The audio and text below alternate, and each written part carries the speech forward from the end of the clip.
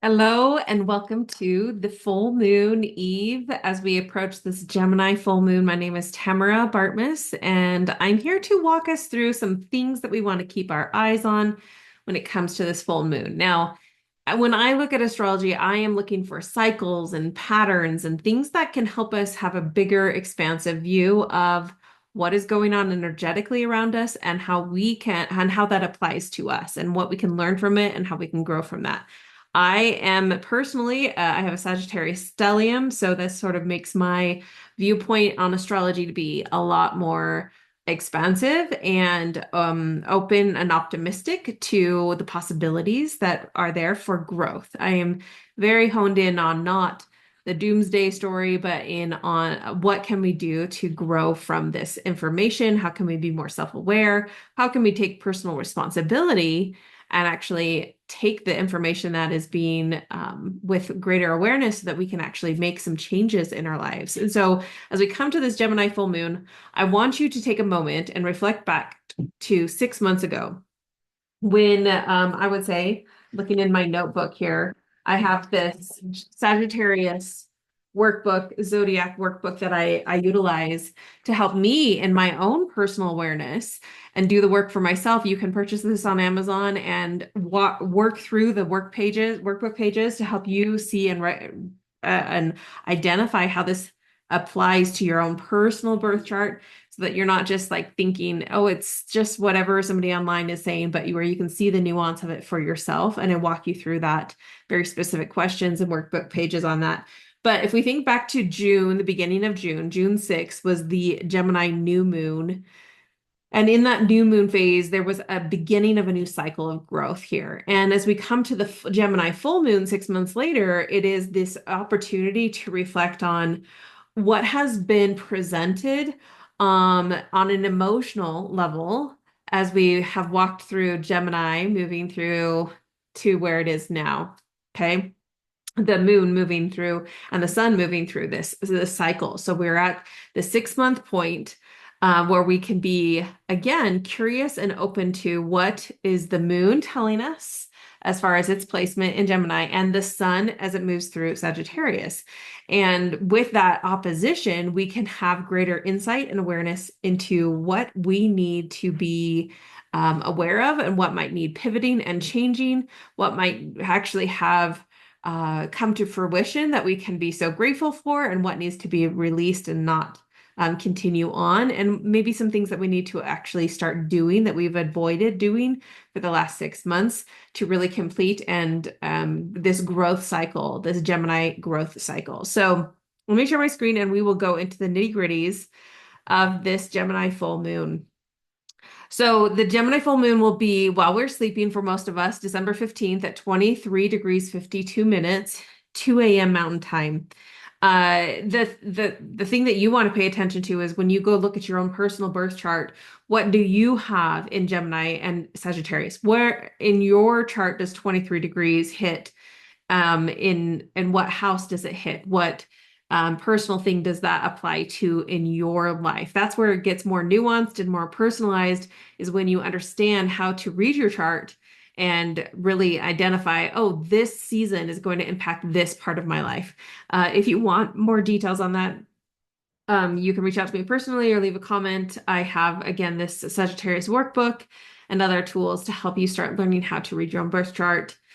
So check that for that in the description below. But as we get into this Gemini full moon, there are a few things that there's a lot of energy moving, but a few things that I want to point out. The first thing, of course, is the opposing energy of the sun and the moon in Gemini. And again, when we think of Gemini, and from a very simple standpoint, it is often this idea of what information have we gathered, what knowledge have we information and knowledge have we gathered? And then Sagittarius is more like, and how are you applying that knowledge? How are you actually using that to build a sense of philosophy of your life, how you approach your life, your own wisdom that is then applied into life because of all the information that you've gathered. So this can sometimes create natural tension because we might feel gather more information and really not metabolize it in a way that builds into wisdom.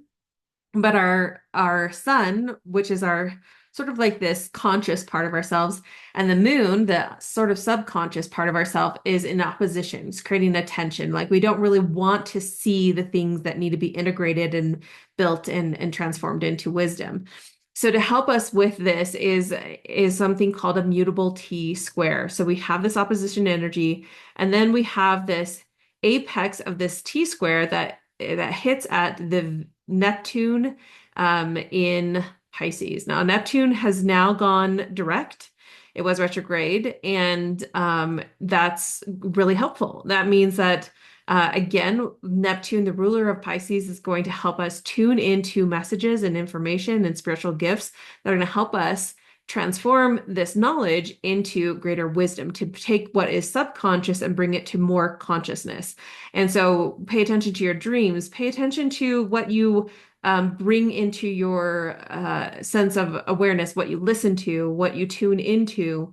Pay attention to your own thoughts, pay attention to the music that you listen to and the words that you listen to. All of these things become frequencies that influence how we integrate the conscious and the subconscious. So this will be a really key point of this Gemini full moon. I would encourage you again, because music can be such a beautiful tuner of our frequency and our own like spirit sense. I would encourage you to find music that helps sort of you be meditative and be able to ponder and think through what have you learned, what have you gathered that now needs to be integrated and turned into wisdom. And another reason I highlight this is because we have Jupiter still retrograde in Gemini, and we have Mercury just today, actually, and tomorrow stationing direct in and leaving retrograde and stationing direct in Sagittarius. So we're ending the retrograde season. We're still going to be in post retrograde, but because the Mercury is the ruler of Gemini and Jupiter is a ruler of Sagittarius and also a co-ruler of Pisces, this is an interesting mutual reception that we want to pay attention to. And when Mercury goes stations direct, it is a more potent opportunity to sort of analyze and see for what see what we need to see.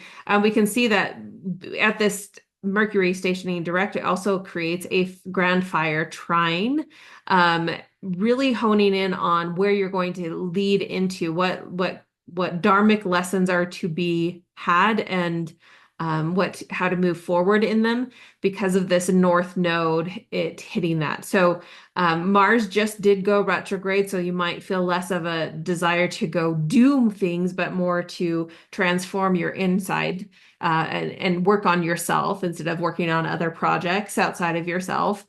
So that's going to play into this grand fire trine. And your mind again is maybe not going to be so mumbled with the retrograde energy, but maybe I'm ready to actually take action and move that energy forward, so that you can really move closer to that stronger sense of self and independence that is needed when that north node is in Aries. So we see that. We also see that there is with this full moon, a trine between the sun and Chiron retrograde in Aries. Again, the lesson of who do you want to be seen as? Are you going to step into your sense of self, into independence, into the ability to take risks and to pursue what you feel is on your heart to pursue. Some of that might require some personal growth that you need to take responsibility for, and that Mars retrograde is just going to slow you down in that process of like moving into action. It's going to more say, what do you need to change within yourself before this can happen? All of this is building you up to again be stronger for that in the next few months. So don't get too. We still have Jupiter going to be retrograde for until February. So don't. And with all this other energy here, it's going to be a little bit before you might feel like on your feet again, ready to take a bunch of action. In fact, when I look at Mars, it's going to be retrograde until February 24th of 2025, We have Jupiter retrograde until February 4th of 2025. So you might, in some ways, feel rip roaring ready to go come March, comes the actual spring. So as we go into winter, try not to get too hard on yourself as far as the need to recoup and recover and maybe um, come up with strategy and plan for how do you want to move forward, but maybe not feel like this intense need to actually jump into action until around the end of February and the beginning of March. So give yourself some grace there as that energy is just showing us that, hey, it might not, don't try to force it. Really do the integrative work of taking the things that you've learned and experienced over the last 6 months and be able to integrate that into a conscious productive sense of self, and so that you can especially move forward there.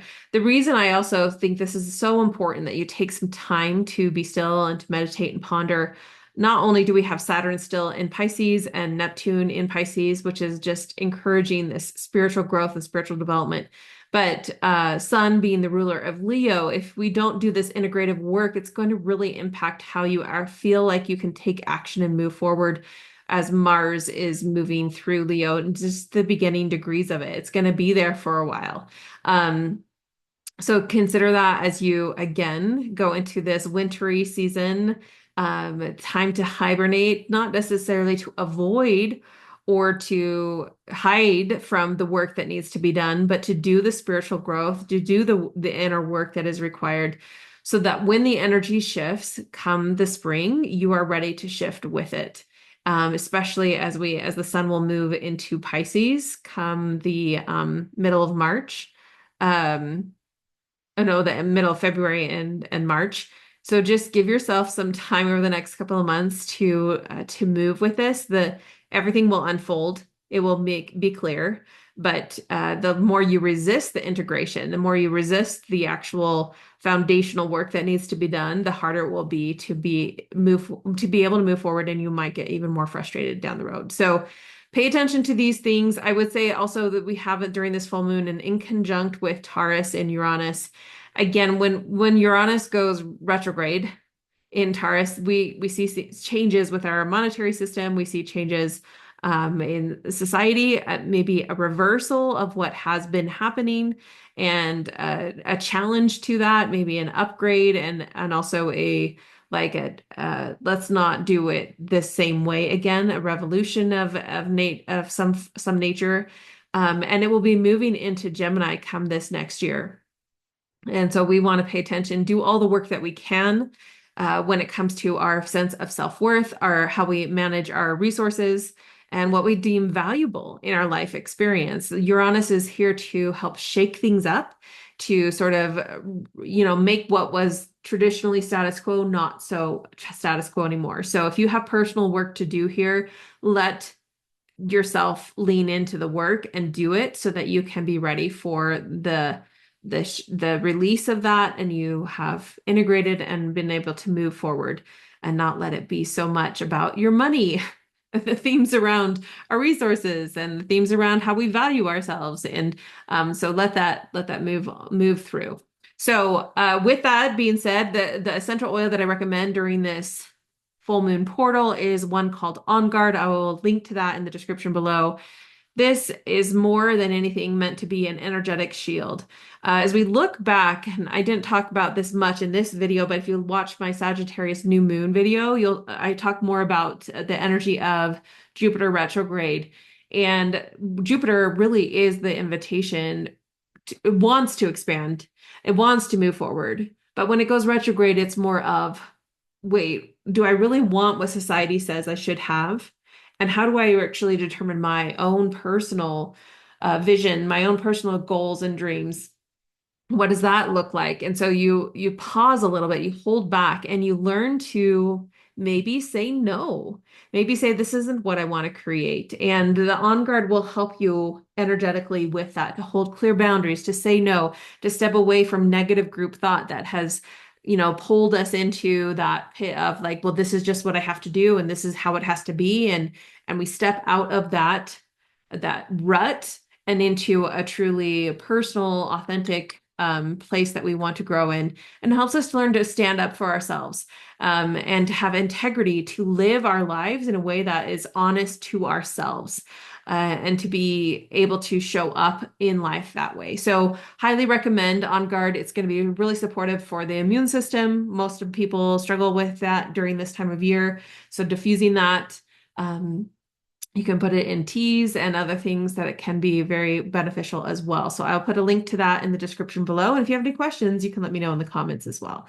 If you want to learn how to use essential oils for and apply to your astrology birth chart, make sure to pick up this essential oil cheat sheet that helps break down different oils that can support different signs of the zodiac, as well as the physical, emotional, mental, and spiritual layers of those signs.